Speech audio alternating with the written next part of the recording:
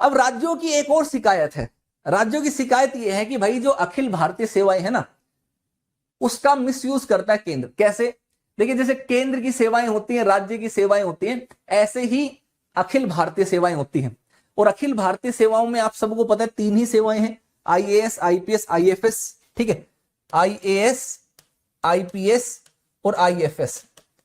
देखिए, जो केंद्र की सेवाएं हैं, उनके जो एम्प्लॉई हैं वो केवल केंद्र सरकार के लिए कार्य करते हैं, केंद्र के डिपार्टमेंट्स, महकमे, विभागों में काम करते हैं। राज्य की जो सेवाएं हैं वो अपने अपने राज्य में काम करती हैं। अखिल भारतीय सेवाएं जो हैं, ये अखिल भारतीय सेवा पूरे भारत के लेवल पर काम करती हैं।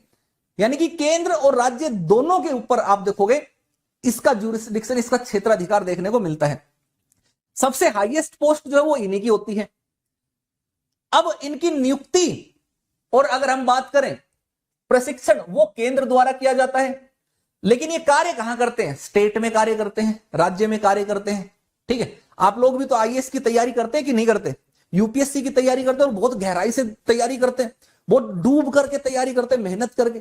फिर आपको भी कई बार इस तरीके की फीलिंग होती होगी ना, when you are too deep into UPSC preparation. कभी कभी तो ऐसा लगता है कि अपुन ही लक्ष्मीकांत है? इसमें एक ये मूवी है शायद, गैंग ऑफ वासीपुर है, कौन सी है? अगर आप हमारी जो डिटेल वाली एम लक्ष्मीकांत पढ़ोगे ना, लाइन बाय लाइन, जो बाइलिंगुअल में मैंने पढ़ाई है या हिंदी में भी मैंने पढ़ा रखी कंप्लीट, उसको जब डिटेल में पढ़ोगे, पढ़ने के बाद आपको ये लगेगा, खुद ही फील होगा कि खुद ही तुम ही लक्ष्मीकांत हो। तो डूब करके पढ़ना जरूरी है। अगर आप डूब करके पढ़ोगे तो आप भी आईएएस, आईपीएस बन जाओगे। तो देखो, जो अगर आप आईएएस बनते हो, ठीक है, तो आपकी ट्रेनिंग, आपकी भर्ती किसने की? वो केंद्र ने की। आपकी ट्रेनिंग किसने की? ट्रेनिंग भी आपकी केंद्र ने करवाई, ठीक है, सेंटर ने कराई। लेकिन आपको भेजा कहां गया? आपको काम कहां करना पड़ा? वर्क कहां करना पड़ रहा है? तो वर्क आपको राज्य में करना पड़ता है, ठीक है। लेकिन कंट्रोल किसका है? केंद्र का। डायरेक्ट कंट्रोल किसका है? सेंटर का। राज्य के पास क्या है? राज्य के पास इनके तात्कालिक नियंत्रण होता है, केवल तात्कालिक, ठीक है। पूर्ण नियंत्रण केंद्र का, तात्कालिक नियंत्रण राज्य सरकार का। इसका मतलब यह कि आपको हटाएगी भी केंद्र सरकार, आपको डिमोशन भी करेगी केंद्र सरकार, आपकी भर्ती भी करेगी केंद्र सरकार, ट्रेनिंग भी करेगी केंद्र सरकार, ठीक है। लेकिन राज्य सरकार जो है वो क्या कर सकती है? आपके ऊपर कुछ टाइम के लिए आपके ऊपर तात्कालिक नियंत्रण रख सकती है, आपको सस्पेंड करवा सकती है, आपका ट्रांसफर करवा सकती है, बस। इसके अलावा वो कुछ नहीं कर सकते। तो ऐसे में आईएएस ऑफिसर्स जो है ना, वो राज्य के जो छोटे मोटे विधायक टाइप के, छुटभैया टाइप के, जो आजकल तो कोई भी विधायक बन जाता है तो अपने आप को बहुत बड़ा शेर 30 मार खा समझने लग जाता है। तो ऐसे छुटभैया टाइप के एमएलए को वो कुछ समझते हैं नहीं। हाँ, अगर कोई बहुत अच्छे से उनके साथ काम करता है, सहयोग करके, तो वो करते हैं उनके साथ। लेकिन कई लोग दादागिरी दिखाने आ जाते हैं ना कि हम विधायक हैं इस इलाके के, चलो चल करके अब हमारे लिए ठेके दिलवाओ, है ना, हमारे लिए ये काम करो, हमारे लिए वो काम। तो ऐसे वो सुनते नहीं है उनकी। तो इसलिए ऐसे में फिर वो शिकायत करते हैं राज्य के पास जाकर के, अपने मंत्री, मुख्यमंत्री के पास जाके कहेंगे कि कैसे सरकारी अफसर है, मैं जनता का प्रतिनिधि हूं, मेरी बात नहीं सुनता ये आईएएस ऑफिसर, है ना, मैं इसके पास कितनी बार गया, इसने मेरी बात नहीं सुनी। तो उसका रीजन ये है कि वो इनके कंट्रोल में है ही नहीं। डायरेक्ट कंट्रोल, कंप्लीट कंट्रोल, पूर्ण कंट्रोल सेंटर का है। तो इनको पता है कि हमारे ऊपर कोई भी कार्रवाई होगी अनुशासनात्मक, तो वो सेंटर करवाएगा, सेंटर करेगा। तो ऐसे में अगर राज्य के कुछ लोग अगर इनके ऊपर गलत तरीके से प्रेशर बनाते हैं गलत काम करने के लिए, तो ये गलत काम नहीं करेंगे, स्वतंत्र होकर के करेंगे। तो राज्य कई बार आरोप लगाते हैं कि भैया ये वो काम कर रहे हैं जो सेंटर इनको आदेश दे रहा है। और ऐसा होता भी, कई बार केंद्र से ऊपर से आदेश आ जाते हैं। कई बार आप सुनते हैं ना, खबरों में आएगा, या कई सारे अधिकारी लोग एकदम बहुत भागदौड़ में रहेंगे और वो कहेंगे ऊपर से आदेश आया, ऊपर से आदेश आया। तो ऊपर से कहां से आदेश आया? ऊपर से वहीं से आदेश आया, सेंटर से आदेश आया। तो वो ऊपर वाले आदेश को पूरा करने में बड़ा लगते हैं। तो ये एक इनके सामने विवाद रहता है लोक सेवा, अखिल भारतीय सेवाओं को लेकर के। राज्य कहते हैं कि यार कि हमारे राज्य में हमारी राज्य की सर्विस है, ठीक है, हमारी राज्य का लोक सेवा आयोग भी है, लोक सेवा की हमारी पब्लिक सर्विसेज भी है, अन्य राज्य की सेवाएं भी हैं, पुलिस भी है, एबीसीडी ग्रुप, एबीसीडी सारे तरीके की वो है। इसके बावजूद हमारे राज्य में जो अधिकारी हैं, जो राजा महाराजा का पद है वो आप दे दे, तो आईएएस, आईपीएस, आईएफएस, इनको अखिल भारतीय सेवाओं को, और ये आकर के कंट्रोल लेते हैं सारे राज्य के ऊपर। और हमारे जो राज्य के कर्मचारी हैं ये बेचारे उनके अधीन होकर के काम करते हैं। ठीक है, तो हम राज्य सरकार अपने कर्मचारियों पर तो अपना जोर चला सकती है, पूरा जोर चलाएगी, लेकिन अखिल भारतीय सेवाओं पर अपना जोर नहीं चला सकती। तो ये एक डिस्प्यूट सा मुद्दा हो जाता है। हालांकि अखिल भारतीय सेवाओं को पूरे भारत के स्तर पर लागू करने की जरूरत थी।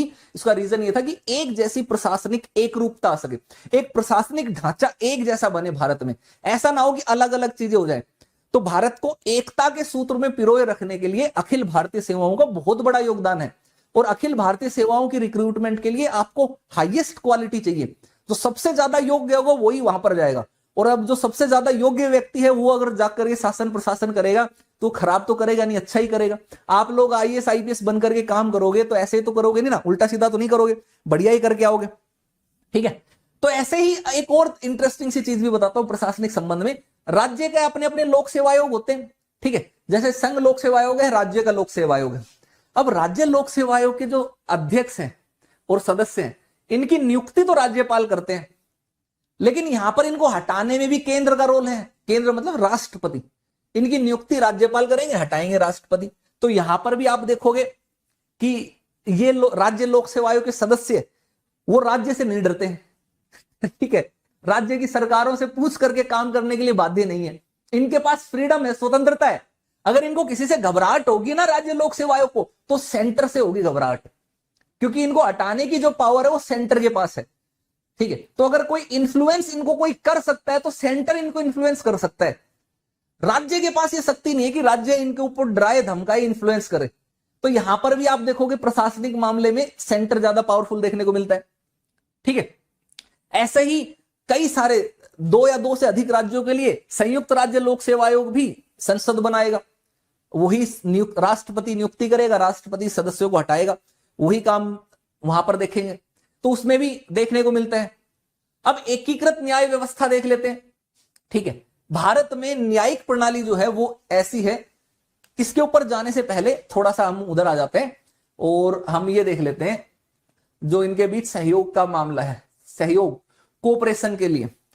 मैंने आपको बताया था ना पिता और पुत्र, जैसे कि पिता थे और पिता और पुत्र के बीच में जो विवाद होता है तो इनके बीच में एक माताश्री आते हैं, है ना, और माता आकर के इन दोनों में दोस्ती कराते हैं, इन दोनों को बैलेंस करने का काम करते हैं, समझौता कराने का काम करते हैं, दोनों के बीच में कम्युनिकेशन बनाए रखने का काम करती है ना, एक की सूचना दूसरे तक पहुंचा देती है। जैसे आपने कई सारी फिल्मों में देखा होगा, कई सारे सीरियल्स में देखा होगा, पिता और पुत्र में कोई झगड़ा हुआ, नाराजगी हुई, तो पिता अपनी पत्नी को कहेंगे, बेटे को डायरेक्ट नहीं बोल करके पत्नी को कहेंगे, धन्नो बता दे अपने सपूत को कि आज के बाद मेरे घर में नहीं घुसेगा ये, इसको बता दे उसी लड़की के साथ जाकर के रहे जिस लड़की के साथ जान रहने के लिए अपने पिता को छोड़ करके गया, अपनी मनमानी चल रहा है ना।